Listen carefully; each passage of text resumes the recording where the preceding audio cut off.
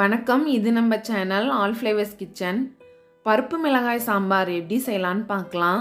1/2 cup துவரம் பருப்பை இந்த மாதிரி தண்ணியில் 15 நிமிஷம் போல் ஊற வச்சு எடுத்திருக்கேன். 15 சின்ன வெங்காயம், 1 தக்காளி, 3 பச்சை மிளகாய், 6 பல் பூண்டு, 6 காய்ந்த மிளகாய், கொஞ்சமாக புளி, 1 வடகம், 1/4 டீஸ்பூன் பெருங்காயத்தூள், 1/2 டீஸ்பூன் மஞ்சள் தூள். இப்போது குக்கரில் எல்லாத்தையும் சேர்த்துக்கலாம். 1/2 கப் துவரம் பருப்பு, 15 சின்ன வெங்காயம், சாம்பாருக்கு சின்ன வெங்காயம் தான் நல்லாயிருக்கும், 1 தக்காளி, 6 பல் பூண்டு, 3 பச்சை மிளகாய், 6 காய்ந்த மிளகாய், கொஞ்சமாக புளி, 1/4 டீஸ்பூன் பெருங்காயத்தூள், 1/2 டீஸ்பூன் மஞ்சள் தூள். எல்லாத்தையும் சேர்த்துட்டு இப்போ இதில் கொஞ்சமாக தண்ணி சேர்த்துக்கலாம். தண்ணி சேர்த்து ஒரு வாட்டி கிளறி விட்டுடலாம்.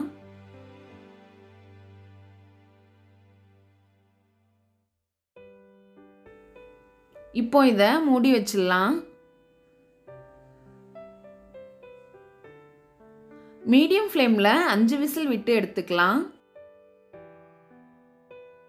இப்போது 5 விசில் வந்திருக்கு. குக்கரோட ப்ரெஷரெல்லாம் போனதுக்கப்புறமா எடுத்து பார்ப்போம்.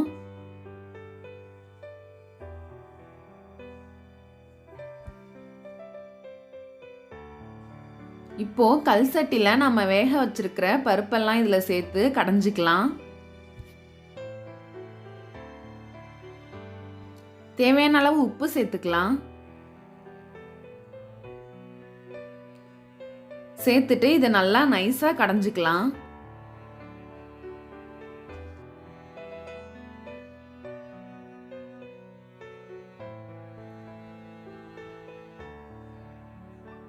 இந்த மாதிரி நல்லா கடைஞ்சிக்கலாம்.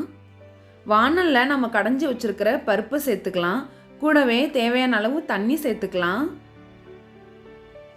இதை மூடி வச்சு கொதிக்க விடலாம்.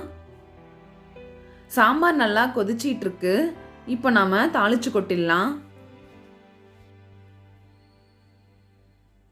ஒரு கரண்டியில் 2 டேபிள் ஸ்பூன் எண்ணெய் சேர்த்துக்கலாம். எண்ணெய் சூடானதும் இதில் வடகம் சேர்த்துக்கலாம். வடகம் சேர்த்து தாளிச்சா சாம்பார் இன்னுமே டேஸ்டாக இருக்கும். 2 காய்ந்த மிளகாய், கொஞ்சமாக கருவேப்பிலை. இப்போ இது எல்லாத்தையும் சாம்பாரில் சேர்த்துக்கலாம். கொஞ்சமாக கொத்தமல்லி தழை தூவிக்கலாம். எல்லாத்தையும் சேர்த்து ஒரு வாட்டி கிளறி விட்டுடலாம். அவ்வளோதான், சூப்பரான பருப்பு மிளகாய் சாம்பார் ரெடி. நீங்களும் இதை கண்டிப்பாக ட்ரை பண்ணி பாருங்க. உங்களுக்கு இந்த வீடியோ பிடிச்சிருந்தா மறக்காம லைக் பண்ணுங்க, சப்ஸ்கிரைப் பண்ணுங்க, கூடவே இருக்கிற பெல் ஐக்கானை கிளிக் பண்ணுங்க. நன்றி.